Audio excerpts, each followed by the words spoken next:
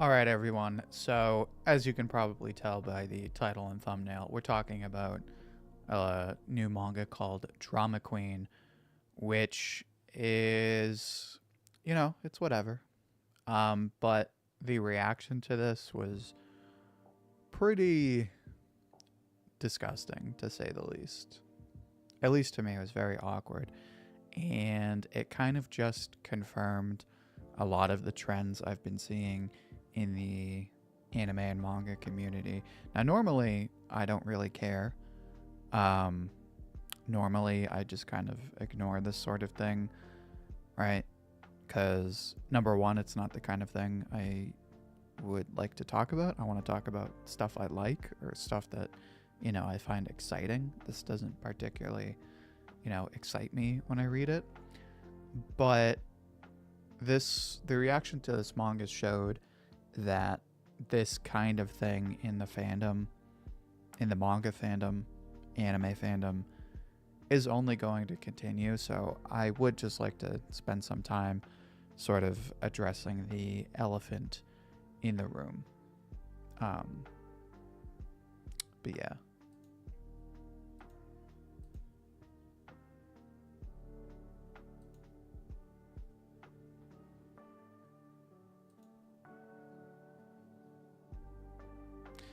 This manga can turn out either as a peak social commentary or something what a certain painter would write. The next two chapters will be a deciding factor. Yeah, so, in case you have no idea what this manga is about, I'm going to give you the Spark Notes summary. Or let's start with what happened. So this manga came out on Manga Plus. I'm pretty sure it's Jump Plus, but Manga Plus isn't just Jump Plus. And it did come out on Sunday, which usually isn't when Jump Plus manga come out. Excuse me. But we'll assume Jump Plus. So it comes out and, people start calling it racist and xenophobic. And I'm like, what? I hadn't read the manga on Sunday. I just read it today, but I was sort of following everybody, reacting to it like, oh, it's racist, oh, it's xenophobic. And then people started responding saying, oh, you don't know how to separate reality from fiction. And then, of course, almost predictably, Chibi reviews. And I'm not coming at anybody. I'm not trying to make any personal judgments. I've had the opportunity to work with Chibi reviews on one occasion. Didn't really talk to him personally all that much, but I did spend 3+ hours talking with the guy.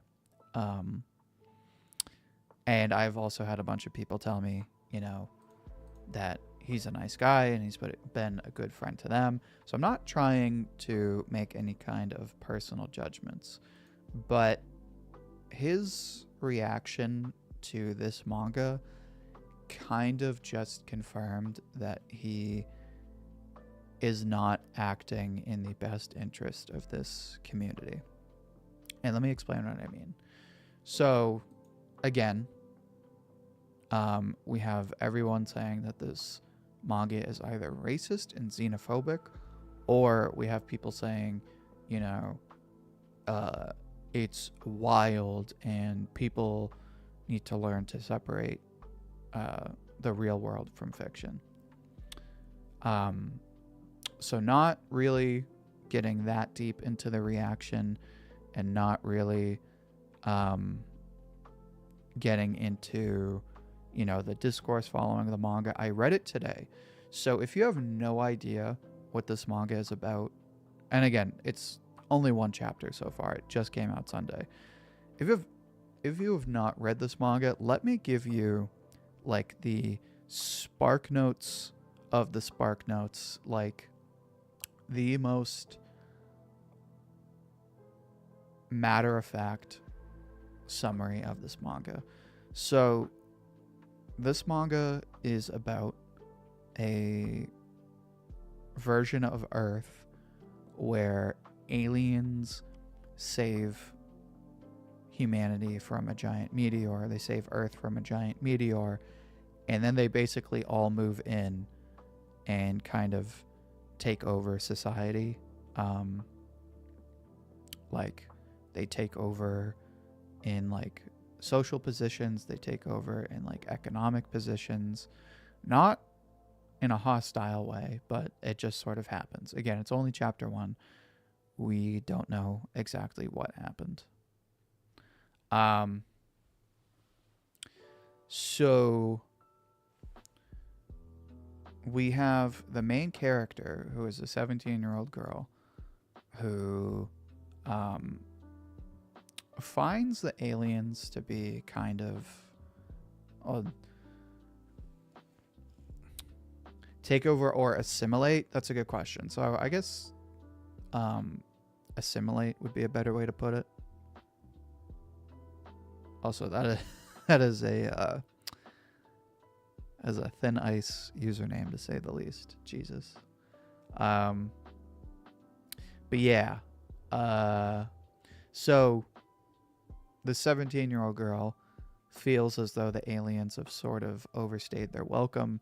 She gets elbowed in the face by one of the aliens, but then, you know, she's like, hey, you just elbowed me in the face, could you apologize? And the alien's like, whatever. She goes to work as like, she has like a blue collar job. I'm not really sure what it is, but her boss is an alien and the boss is kind of a jerk. But everyone seems to really like the aliens. But then she makes a friend at work that also feels as though the aliens have overstayed their welcome. She comes to find out that the aliens killed her parents in some kind of traffic accident. So then one day, her boss accidentally sets himself on fire, and she doesn't do anything to provoke it, but she doesn't do anything to stop it. So she gets fired for just standing there and watching. And then she goes home and thinks about what happened. And then her friend comes to her house, and her friend comes to her house.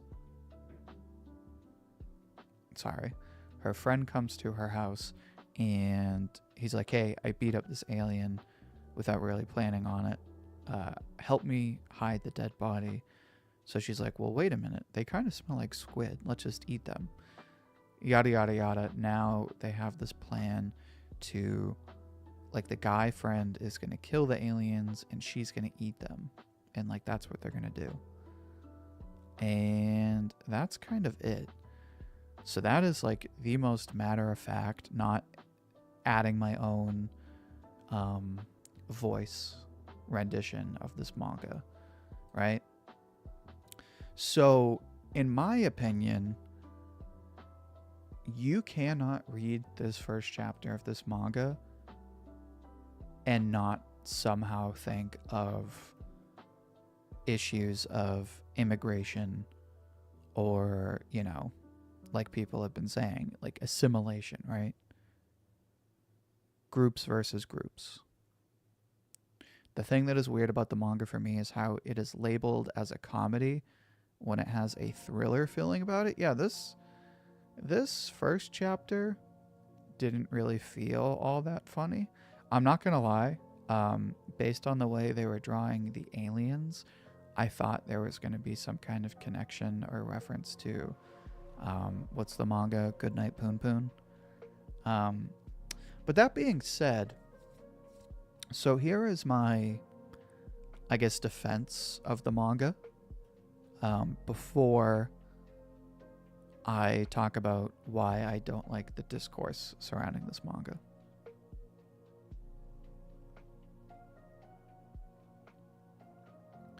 So my defense of the manga, first of all, is that it's literally just the first chapter. The fact that people, no, don't get me wrong. If you decide you don't like a manga, or you're not interested in a manga after the first chapter, that is totally reasonable. Like, I love One Piece, but if you tell me, oh, I watched the first episode of One Piece, I didn't really like it, that's fine. A lot of people read the first chapter or watch the first episode of a show and go, yeah, doesn't really seem like it's for me. Like, for example, Yellowstone is one of the biggest shows in television right now, and I've seen clips that seem pretty cool. I watched the first episode, I'm like, yeah, this show is not for me. Right? Now, there's a difference between what I did, saying after just one episode, yeah, I don't really want to watch this show, versus watching one episode and going, this is the worst show in television. There's a big difference between, yeah, I don't want to watch this, and yeah, I'm already deciding this is the worst show ever. Which is kind of what people were doing. Granted, some people were just reading the chapter and were like, yeah, not for me. But a lot of people read this first chapter and assumed the author's intent. Like, a lot of people were assuming that, you know, this is deliberately supposed to be a discourse on immigration and racism in the US, right? Which I don't know how you can conclusively say that after just one chapter and no reference to anything, you know, US policy wise. If anything, it's probably a closer reference to Japanese immigration. All right? I mean, Japan's got its own immigration problems. That being said, that's not really the point of the video. Also, you know, I'm not trying to get into the politics of it all. I'm sure you guys don't care about my political opinions anyway. The point I'm trying to make in defense of the manga is I think it's way too early to even attempt to assume the author's intent. While it's clearly evoking discourse on immigration and tribalism and those kinds of themes, to assume that this is somehow a commentary, or to assume that the author definitely is referencing, you know, like US policy or US racism, such and such, after just one chapter with no direct references, is a pretty big leap, if you ask me. So to that much, I will defend the manga. That being, and so another thing I will say, let me see what people are saying.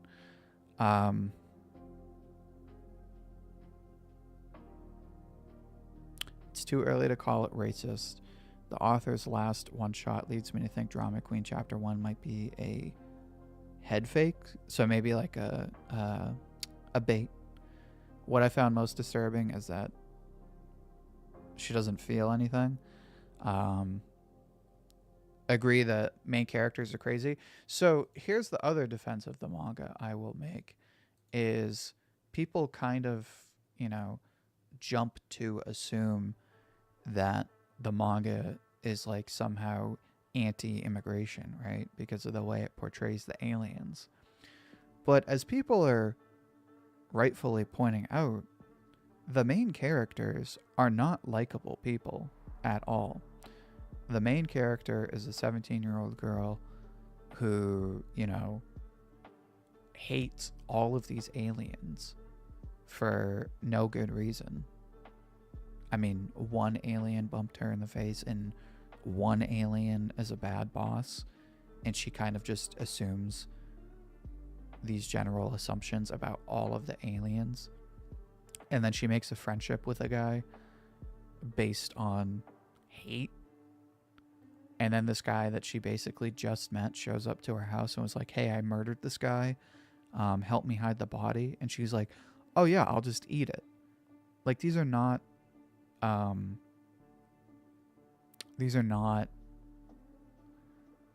justifiable people. Like, these are not supposed to be people that you go, oh yeah, those are people I connect with. At least not in the first chapter. Like, they are clearly portrayed in a bad light.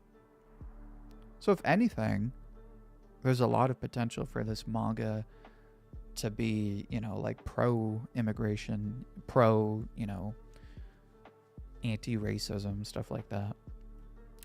Because these main characters come off as like such terrible people. So that's the other thing I'll say about the manga is it's a little too early to assume what position the story is taking after just the first chapter. At least with this manga. There are certainly other manga where you can kind of assume what the author is thinking, but just based on this first chapter, I have no idea what this story is going to do. So to assume the author's intention after just the first chapter, after this first chapter, kind of jumping the gun.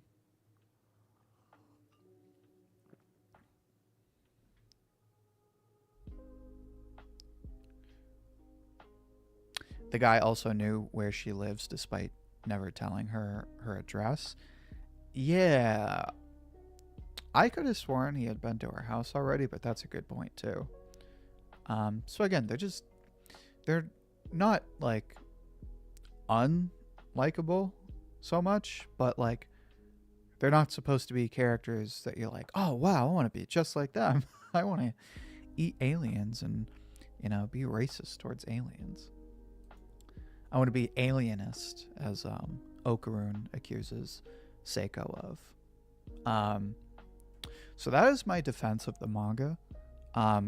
You cannot possibly read this manga without thinking of themes like immigration and tribalism, but to assume that the author is somehow anti-immigration or like somehow a racist just based off of this chapter is kind of jumping the gun.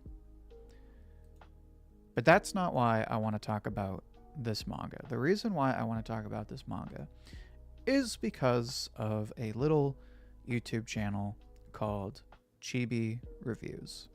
Now again, I said a couple of minutes ago, I've had the opportunity to work with Chibi Reviews. I was in one of the Manga of the Year streams on Roger's base. I did not really talk to him personally, one-on-one, but I mean, I was in a... Excuse me, one second.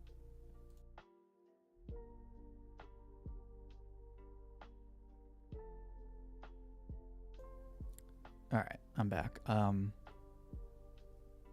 I was in, a 3+ hour discussion stream with the guy, and I've also had plenty of good people that I trust and that are respectable people that have said, what a good guy he is. So this is in no means this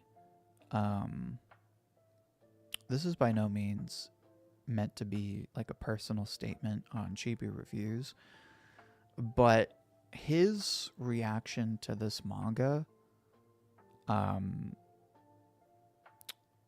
it kind of comes off like he's really just trying to rage bait people. And here's what I mean. So he uploaded a video yesterday. In the thumbnail, it's in quotes racist manga, right? And somebody literally called it racist manga, so obviously he's quoting it, but at the same time, putting it in quotes, that can kind of come off like, oh, well, this is what people are saying, but, right? And he just kind of has this way of, you know, talking about the manga in a way that baits people, because he clearly knows what people are thinking and he sort of exacerbates the problem, but not really adding any real constructive criticism. So basically what he says in the video is, hey, this manga came out. He kind of reviews the chapter for a bit. He then talks about the discourse surrounding the manga, basically what we just talked about. And then he says stuff like, this is just a fictional story. It has no bearing on real life whatsoever. People don't know how to separate reality and fiction. And he basically implies that if you think this story has anything to do with racism or xenophobia or tribalism, that you're mentally ill. And then he does this thing over and over again where, like, he's reading the parts where, like, you know, they're eating the aliens, or they're, you know, being prejudiced against the aliens, and he's like, wow, that is wild, that is wild, that is wild. But then he doesn't say if it's good or bad, he just says it's wild. And he just, like, the whole video just comes off like a rage bait. Like, it really just feels like a rage bait. And again, I'm not making a personal judgment against him, but if we're talking about the integrity of the video, he doesn't add anything to the manga. He basically implies that if you do feel like this manga, you know, comes off as racist, that you're either an idiot or, you know, you don't know how to read. And he just, but at the same time, he posts a video talking about how people think it's racist, says there's no way you could think it's racist, but then at the parts where it clearly could make you think it's racist, repeatedly says, wow, this is wild, this is what. So he does this thing where he, like, you know, bait and switches, where, like, he clearly knows what people are talking about, is, you know, inciting people in a way that's divisive, but then, like, distances himself at the same time, right? And the reason I bring this up is because people, this isn't unique to the anime and manga community specifically, but people tend to take a lot of anime and manga way too seriously, right? So a recent example is the dandadan stuff. People think that all the nudity in dandadan is sexual harassment and this and that, which it's not, right? It is kind of awkward, but, you know, it's not sexual harassment, and it's not child censorship, so to speak, right? But, you know, then you have Chibi tweeting about the first episode with the scene with Momo and the aliens, and he says the animation didn't need to go so hard, and it's like, what a weird take to have, right? Especially with that screenshot he had. Again, not making a personal judgment, but it clearly comes off like he knows how people are going to react, and that's why he's doing it. Like, things like, wow, that's wild, and wow, the animation didn't need to go so hard, they, like, don't add anything to the conversation. All it does is rage bait people. And that's exactly what he achieves. He gets people pissed off, and he gets people to, you know, say he needs to be canceled, or that this manga needs to be canceled, and such and such. And then, so let me be clear, I don't think Chibi reviews should necessarily be canceled. I certainly don't think he should be doxxed. I don't think people should be taking pictures of his dead brother's grave and posting pictures of his, social security number and his family and stuff like that. I don't think anybody deserves that. And the people who are doing that are sick and disgusting. That being said,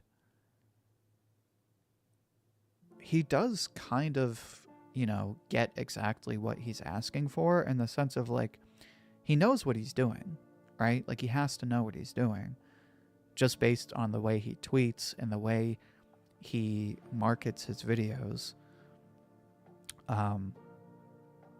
Like the dandadan video he posted 4 days ago. Dandadan animated the scene that got me doxxed and canceled.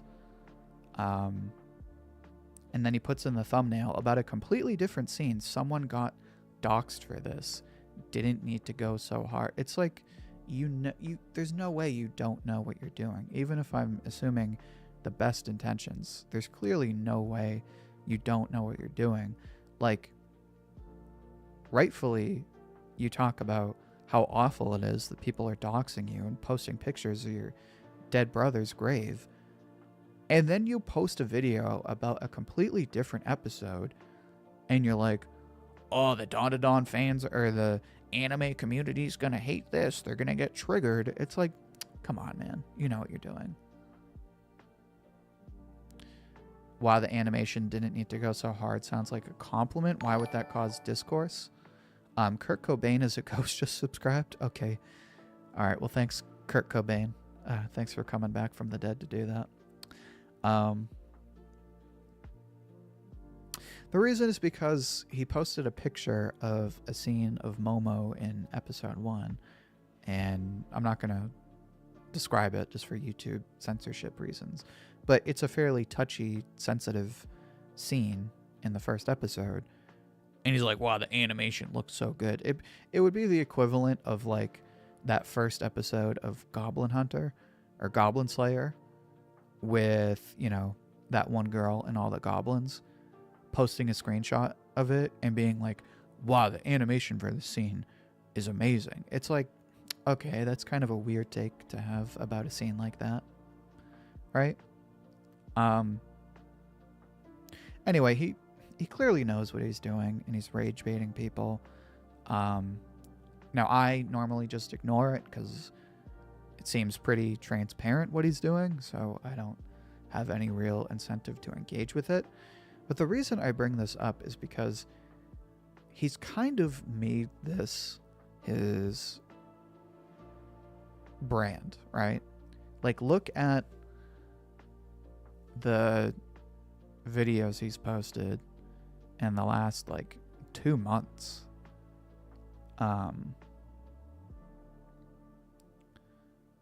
And he posts videos like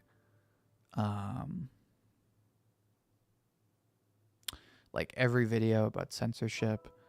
And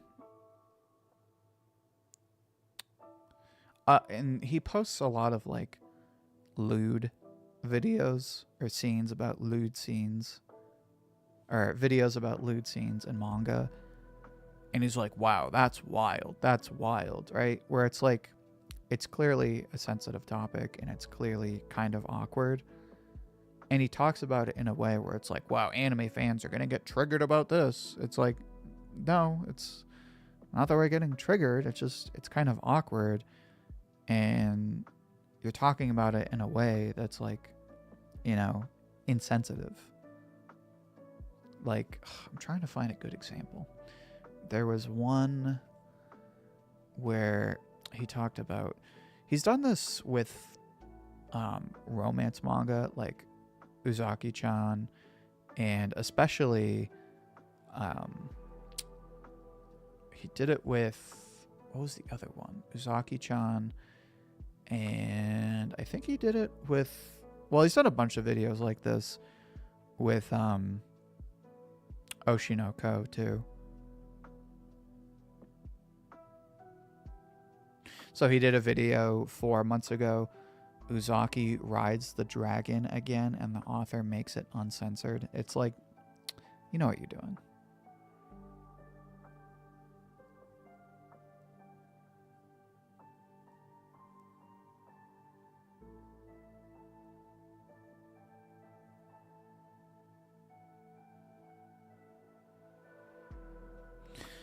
He also has a video 4 months ago. I was in an Asmongold video. Woke VTuber brains explode over Trump surviving.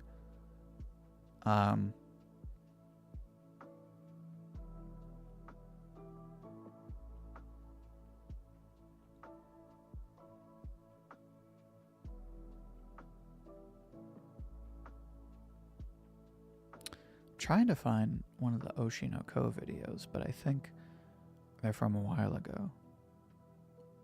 So then, okay, so here's another good one, or bad one, I should say. If you remember, Chainsaw Man had the chapter where Asa/Yoru kissed Denji for the first time, so to speak. Again, I'm not trying to get myself censored here. And he posted a review of the chapter, and the title is, "It's canon that Yoru took Denji to Pound Town, and Twitter is outraged by it."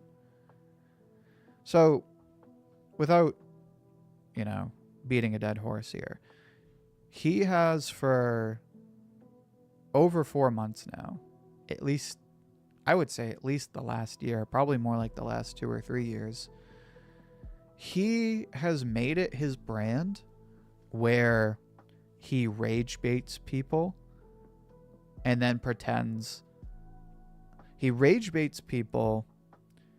He assumes that people that are, outraged or, offended by these topics are somehow stupid or don't know how to read.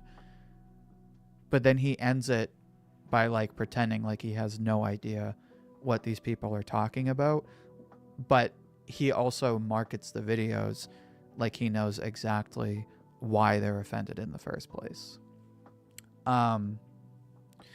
And the reason I bring this up is because Chibi Reviews is certainly not the biggest channel in the community.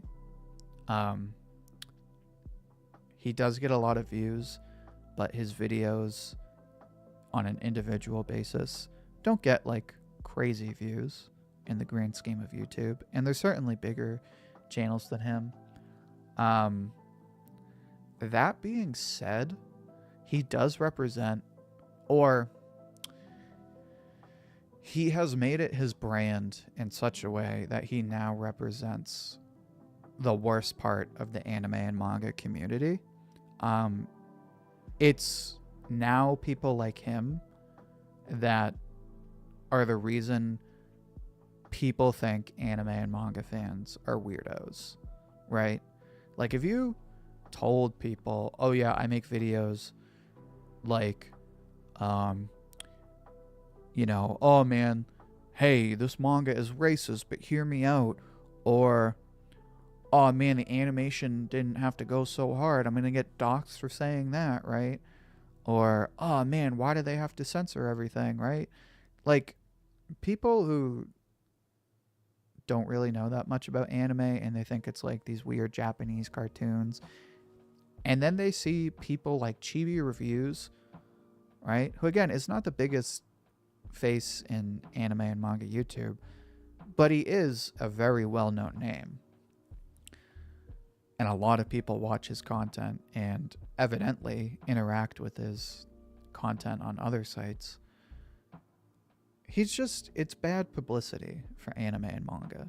It just contributes to the idea that anime and manga fans are a bunch of weirdos. And again, I don't want to berate him any more than is necessary, but if you look at the comments under his videos and the comments to his posts on Twitter and other sites, he doesn't do anything to protect against this identity. If anything, he clearly invites it and then does nothing to counteract it, right? I mean, just look at the racist manga videos, tweets about the manga, and you'll just be disgusted.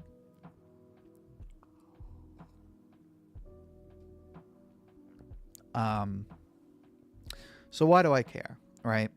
Why should this bother you? There's a million faces in anime and manga. He's just one channel out of a million. The reason I bring this up is because, again, he is sort of creating a... So, one, I think he's a bad ambassador for anime and manga. Not that he's like the face of anime and manga, but obviously a lot of people, watch his stuff. So he does, no matter whether you like it or not, he does represent a big part of the anime and manga community, at least online. And he clearly knows what he's doing. Again, not making a personal judgment. In fact, I've had more than enough people tell me that, he's been a good friend to them. But he's done this for long enough that clearly he seems to have this agenda of getting views through rage baiting. Whether he stands one way or another on certain topics. And again, that's the other problem, is it's even hard to really know where he stands on certain topics because he just rage baits people and then he doesn't really add anything. He just, says, oh, that's wild, or oh, people are going to get triggered over this. And the reason I talk about this is because he's allowing this space for weirdos to be weirdos. And I say weirdos just as like a general thing because I know a lot of people have pointed out the kind of comments that you can find under his videos and tweets. Not really trying to get into all that. If you know, you know. If not, go look. It's pretty gross. But the reason I bring this up is because he has been doing this for at least a year now, probably like 2 or 3. And it seems like he knows what he's doing and he's not doing anything to stop it. And as a result, he has created this community that represents the worst possible facet of the anime and manga community. And he's kind of just perpetuating it. So the question naturally would be, okay, so what do we do about it? Well, I don't think we should dox him. I don't think, we didn't need to go to his house, take pictures of his dead family and be like, hey, F you, right? Definitely don't think we should do that. I don't think you should do that to anybody. And if you even imply that that's what we should do, you need to reevaluate yourself. That being said, I do think we sort of just need to put Chibi in check. And let me be clear by what I mean. Again, I had the chance to work with them. Seems like a cool guy. I've had many people, I'm not going to say names just because maybe they might have changed their opinion on the guy recently. But I've had several people say online and to me personally, like, oh yeah, he's been so nice to me. He's helped me out. He's been a good friend. And I have actually on occasion seen him stand up for people that were being bullied. So I'm not assuming he is X, Y, and Z. However, he has clearly allowed this to happen, and it's kind of undeniable, even assuming the best intentions, that he's made rage bait his whole brand.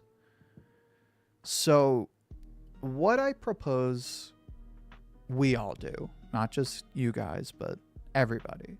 What I propose we do is, one, just don't engage with this content, right? Like, if he's trying to rage bait you, don't get rage baited, right? Even when what he's doing is pretty gross. Don't engage with it, but also we kind of need to like civilly put the Chibi reviews community in check, right? Now, I'm not going to assume I have the answers, but I think what we need to do is be like, yeah, you need what you're doing. Like, what are you even doing, right? Like, again, respectfully, just be like, hey man, people are pretty offended by, you know, such and such. It's really kind of insensitive to talk about it in this way. And just like, we kind of need to like we need to like politely cancel Chibi, or we need to like politely put him in check. That being said, I'm also concerned that I don't even think that's possible at this point, because like just in this video about Drama Queen, he assumes, or he implies that he assumes, that if you find this manga to be offensive or somehow racist, then you're just like the people that doxed him. He basically says at one point in the video, yeah, people don't know how to separate reality and fiction. I know that because I got doxed and such and such. And it's like, okay. And he also has a really bad way of dealing with the people that get offended. So when he got doxed, he somehow found a way to rope the entire Boruto community into it, because the person who I'm guessing took credit for him getting doxxed, or the person, or some person rather, on Twitter that, you know, praised him getting doxxed, he looked at his profile that said he likes Boruto and just assumed that this was like a conspiracy against him by the entire Boruto community. Or at the very least, he made very derogatory comments about all Boruto fans, saying like, look at what Boruto fans did to me. And it was like, even, you know, even one of the biggest names in the Naruto Boruto community, Anime Explained, was like, what the hell does the Boruto community have to do with this? I know Anime Explained. I know he's the kind of guy that would stand up for Chibi in that situation, because, you know, you shouldn't be doxing anybody. And Chibi certainly didn't deserve to be doxed. But why are you now roping the Boruto community? It's just, he's built this track record of very transparently rage baiting people, assuming, or like rage baiting people, distancing himself, pretending like he has no idea why people are offended, while also knowing exactly why they're offended, and that's how he rage baits people in the first place. And then when he gets, you know, when he gets criticism for it, he like has like a completely different conversation where he's now blaming an entire community that has nothing to do with it in the first place. So bottom line, I don't know what's going on with this guy. All I can say is that he has made it his entire brand to rage bait people with issues of censorship and issues of, you know, like political topics, right? Being woke, being racist, whatever. And yet somehow not adding to conversations in any constructive way whatsoever. And so what we need to do, we need to stop engaging with these kinds of fans, not just Chibi. The reason I talk about Chibi is because, for better or worse, he now represents these kinds of people that are like anti-woke, right? We need to just not engage with them because they don't represent the kind of anime fans we want in this community. And we kind of just need to like put Chibi reviews in check. We don't need to be doxing people. That's not appropriate behavior. It's not justifiable in any way. But we do need to put these anime fans in check. Respectfully. And that's really all I have to say on the topic for now. Let me see what you guys are saying.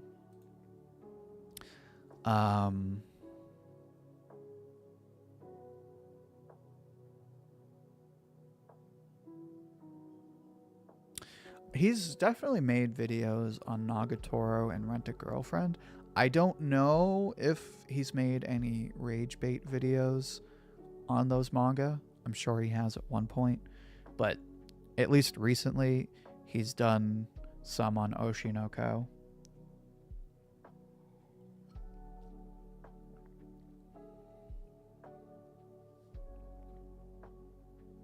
I got jump scared by a chocolate Santa ad. Nearly dropped my phone. Also, it's Justin's birthday. Justin is a regular of the channel, and he shows up to every single stream. So I want everyone in the chat right now, all 25 of you, it looks like.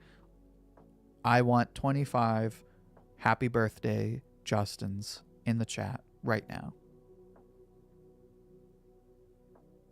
Also, if in case I didn't just say it, happy birthday, Justin. Appreciate you, man. Thanks for showing up.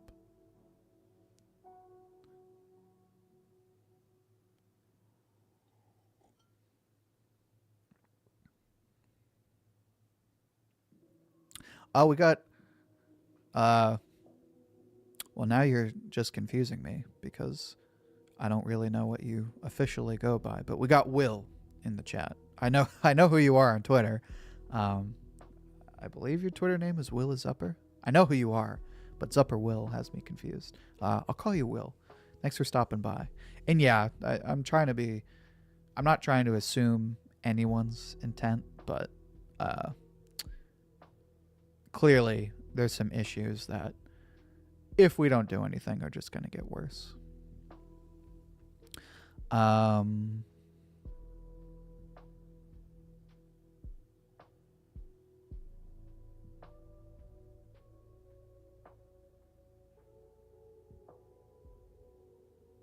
So Anime Monarch brings up a good point. I'm not trying to defend him. No, it's a good point. But I think there's a difference between knowing why someone's offended and understanding why they're offended. Yeah, I see what you mean. I think he's in the camp of knowing why people are offended, which I don't think you need to understand why people are offended in order to rage bait. Like, he clearly knows what people are talking about. Like, you don't have to understand, like, what people are going through, or you don't have to understand where people's heads are to know that if you say certain things, it's going to be objectively offensive. And that's kind of what he does. It's like he says things in a way that he, by all rights, should know will be offensive, but then pretends like he has no idea why anyone would be offended.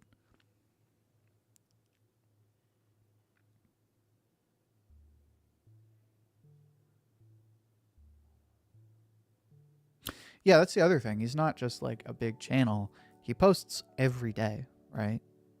Like, at some points he posts 2 videos a day. So even if he's not the biggest channel, he is a regular source of anime content and discourse. We got to boost content creators that are emblematic of the community we'd like to be viewed as. Couldn't have said it better myself. Don't watch videos like that. Watch videos, you know, like a certain Shonen Ouji, if you will.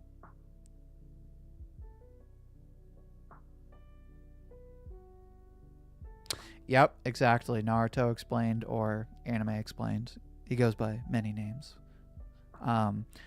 Had to tell him, how is it the Boruto community? Exactly. He was like, dude, like, I'm standing up for you, and yet why are you roping in an entire community? It was ridiculous.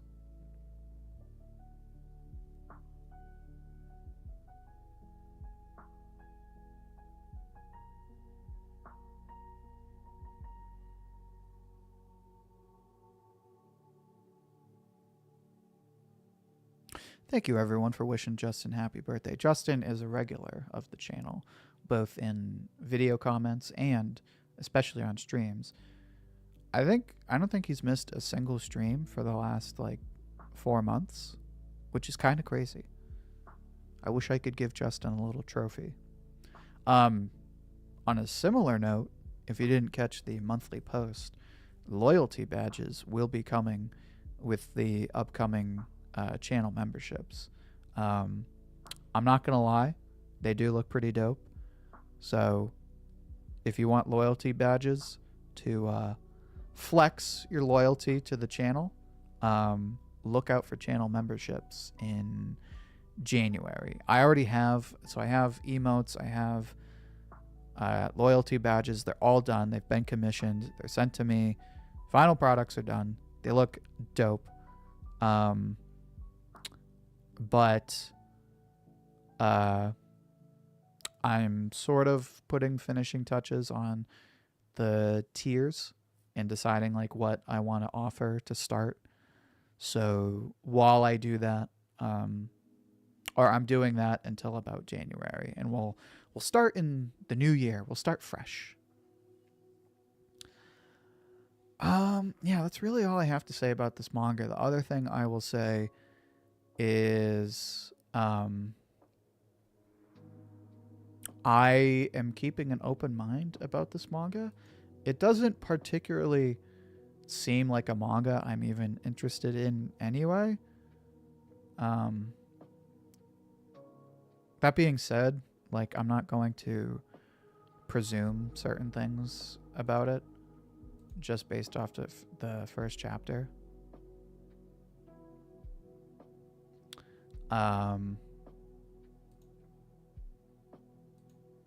But yeah, I mean, it's an okay manga. I didn't think anything great of it.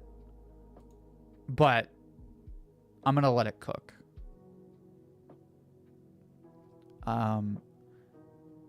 That being said, somebody brought up a good point on Twitter. Somebody said, you know, the best thing to come out of this is millions of people probably went and checked out Manga Plus when they didn't know about it in the first place, which is so true. I mean, to sort of transition to a different topic, so many people talk about dandadan like it's in Weekly Shonen Jump, the magazine, and they have no idea that it's not Weekly Shonen Jump. It is Shueisha, but it's in Jump Plus. And like, so many people who love Shonen Jump have no idea that there's an online serialization or an online magazine with literally hundreds, nearly thousands of manga, and there's new manga basically every week.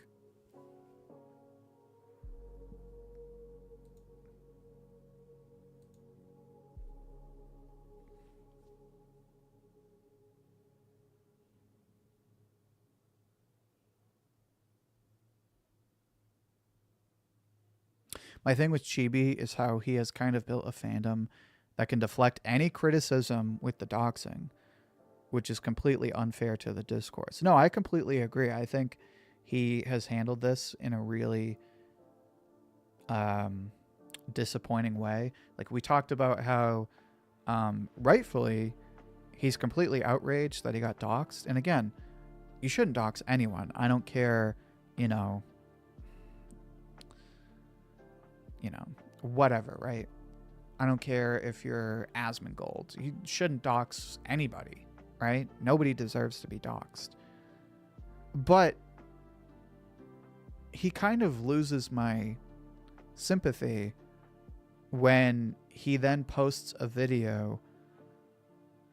Dandadan animated the scene that got me doxxed and canceled. And he puts in the thumbnail, someone got doxxed for this. Which, on the one hand, he is stating a matter of fact, but at the same time, one, that's not the scene that got you doxxed. And two, if I got doxxed, I would not then be using it to, like, interest people in a video. Like, so clearly, he's not that offended by it anymore. If he's using it to get views on a video, that's not even the same episode that got him in trouble in the first place. So yeah, he rage baits and then he plays victim, and it's just very disappointing to see. And you're right, it does, like, he talks about it in a way where, like, he doesn't really own up to what he does, and he talks about it like he has zero idea what people are talking about, and it's not a good look at all. Did he take a break from the doxing? So did he take a break after the doxing? I don't think so. I think maybe he might have had one day where he didn't post a video, but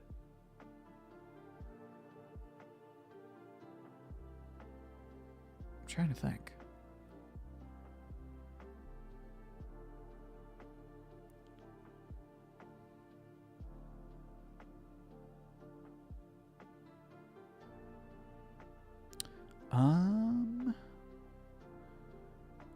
Trying to find the video. So a month ago, he posts the video, I got doxxed.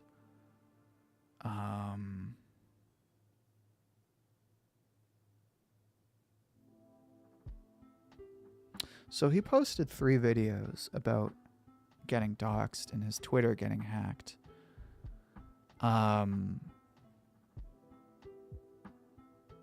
But it doesn't seem like he took a day off.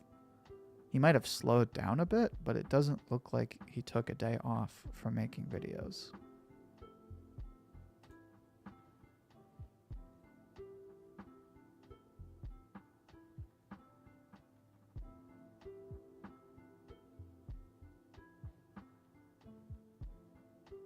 So you're saying we should get excited Dr. Stone reference?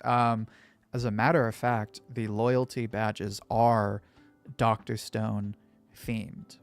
I specifically made sure that the loyalty badges paid respect to the manga that is very much my bread and butter, and also paid respect to all the people that have been with me since the Dr. Stone days. So if you've been an OG, pun intended, or, you know, you've been supporting me for a while, I think you'll really like the loyalty badges.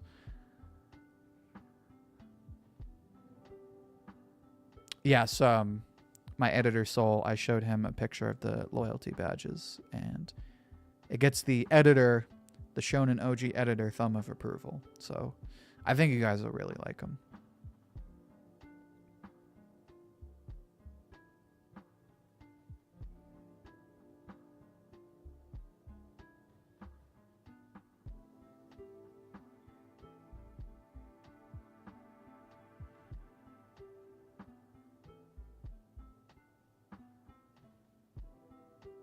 I feel like the first chapter of Drama Queen was pretty messy, where I couldn't really figure out what the author is trying to make me think without seeing it as something problematic. Yeah, it is kind of weird, and like it again, part of the problem is this doesn't really seem like a particularly entertaining manga to me. Like, I see something like this and I go, yeah, that doesn't really seem like something I want to read. Not because I don't want to talk about these topics, but, you know, when it's 5 o'clock on a Tuesday and, you know, I've been working on videos all day and I'm like, all right, my brain is dead. Time to read something fun. You know, I don't necessarily want to read a manga about xenophobia and racism and have to juggle all these ideas and critical discourse and this and that. I just want to watch anime about dick jokes and poop jokes. That's just me.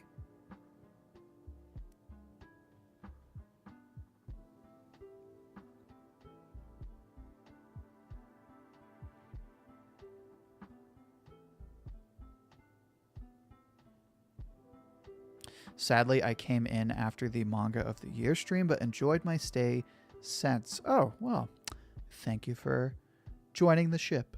I'm glad to have you aboard.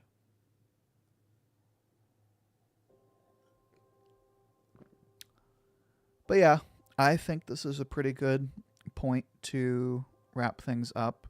Oh, I almost forgot.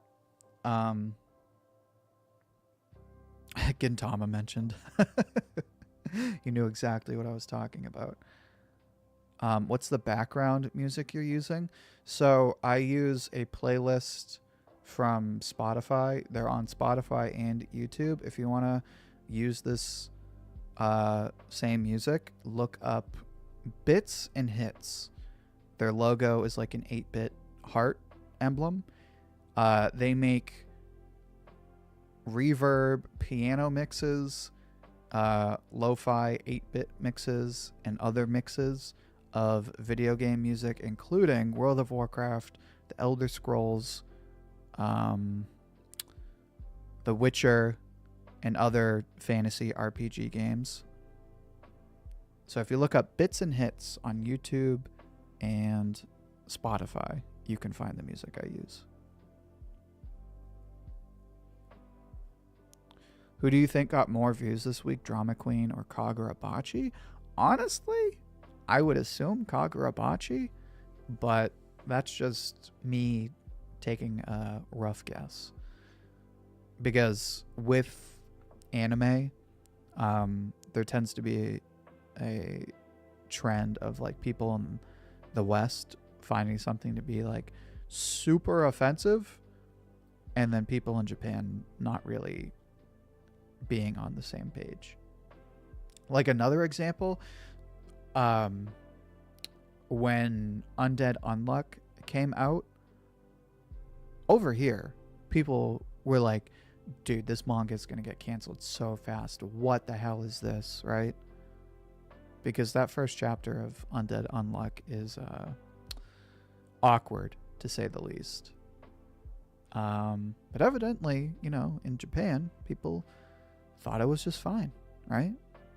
And it's been around ever since, and I am a huge Undead Unluck fan, and that manga stands to show that you're not necessarily defined by first impressions. What's crazy is I didn't see a single person make a reference to Gintama when they were reacting to this chapter, which is crazy because Gintama is also written in such a way that it can come off as racist or xenophobic, excuse me. Eddie says, Ouji, am I late? You are a little late, but that's okay. We are still kind of talking about the manga. I mean, in Gintama, they literally, like, on the nose talk about how we need to kick out these aliens. And, like, oh, society was so much better before these aliens came around. The difference with Gintama is that, obviously, it's referencing, you know, the age of Japanese history when like all the Westerners came in and they like completely changed the infrastructure and this and that.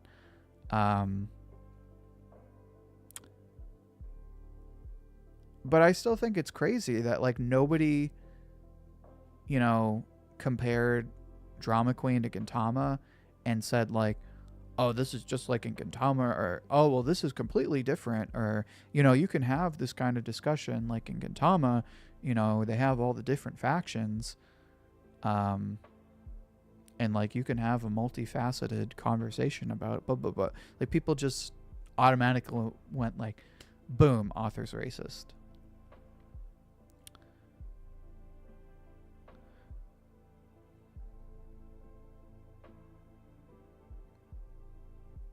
No, what happened with Undead Unluck was when that first chapter of the manga came out, people were automatically like, okay, I'm never reading this. I hope it gets cut. That was when the manga came out. I specifically remember that when that first chapter dropped. When the anime came out, it kind of just like dropped into the void. And I say that as a huge Undead Unluck fan.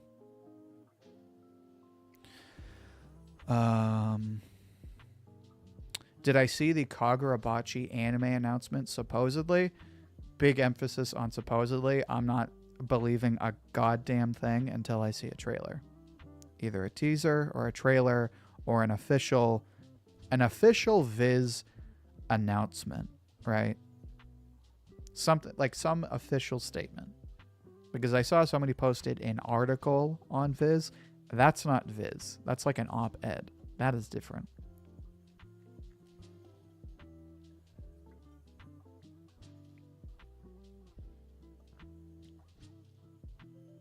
That's the other thing, too. It usually takes at least 90 chapters. And even then, 90 chapters is pretty early. It usually takes at least 90 chapters for an anime, or for a manga to get an anime announcement. Kagurabachi is only like chapter 60. So if it does get an anime announcement, it probably won't be for... What's 30 divided by 4? 7 or 8 months, maybe. Probably more like 8 months. So like maybe the summer of next year, mid 2025.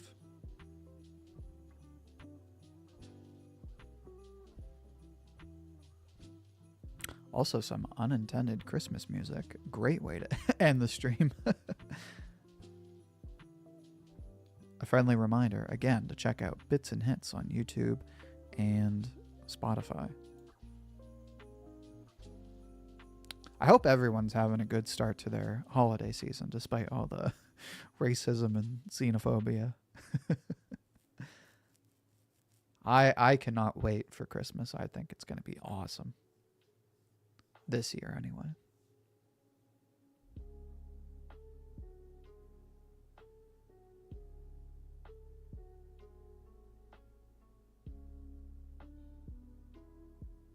Ouji, did I vote in the Game Awards? I did not vote in the Game Awards. I didn't even watch it. I just heard that people like didn't really care for the results. The Game Award, any award show really, I don't really pay much mind to. Like, I'm not the kind of person to like just default hate everything Crunchyroll. I use Crunchyroll all the time, and I think for better or worse, it's a good tool for anime fans to have. That being said, I don't really care about the Crunchyroll Awards. I care about it in the sense that it is a reflection of the mainstream opinion and the mainstream preferences. But like, I don't get offended that like Dr. Stone doesn't win Anime of the Year, because I have realistic expectations of what the mainstream is. And I also have the understanding that award shows are just popularity contests. They're not like rational examinations of like, okay, what series like really did something different, especially in this day and age when critics, so to speak, all have their agendas where they have to say like this kind of game is good or this kind of game is bad. Like especially with video games, like, oh, we love everything open world, right? It's an open world game. It's like, what an overrated concept. I cannot tell you how many times I've seen a game and it's like, oh, it's open world, it's an adventure game, and it's like the most boring piece of shit I've ever played in my life.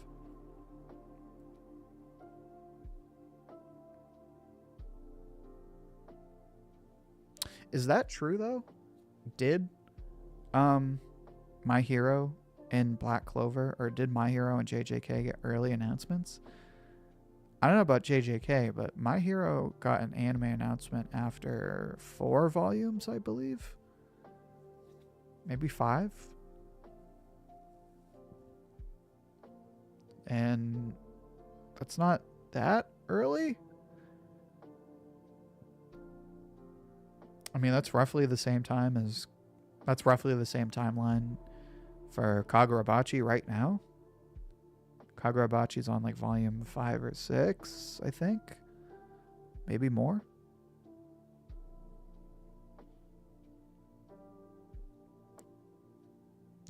I hope Santa brings something for me this year instead of stealing my shoe from the window like last year. Dude, I had one year for Christmas. Somebody got me a really nice long sleeve shirt. It was a Patagonia shirt, which if you know nothing about Patagonia, it is one of those brands where like the whole value of the brand is the name of the brand, but they also make really nice shirts. And I was so excited because it was a really nice shirt. I like put it away for like a second and then I went to go pick it up and it was gone. Like vanished into thin air. Wasn't in the trash, anything. Just gone. It was the worst Christmas ever.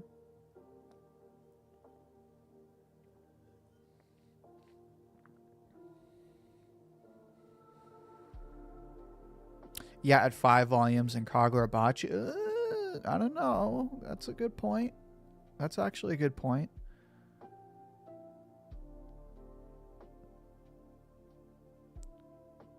"100 Years Quest" got an early anime announcement. Okay, define early anime announcement, because they announced it and then they didn't do shit for like 3 years. So that is a stretch of comparison.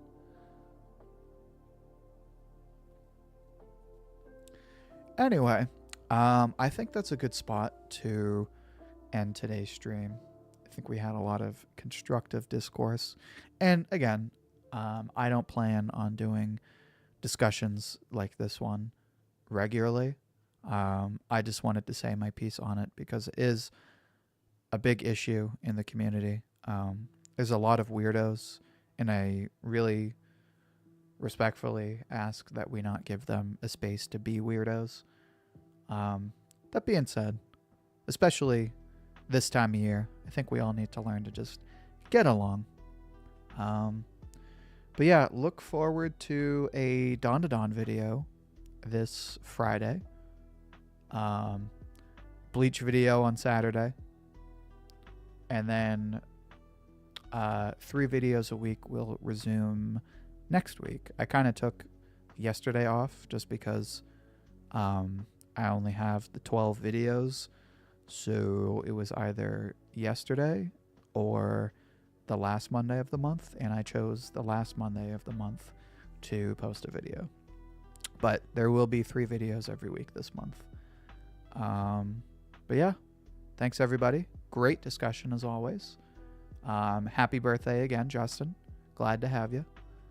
And I look forward to seeing you all soon. Peace.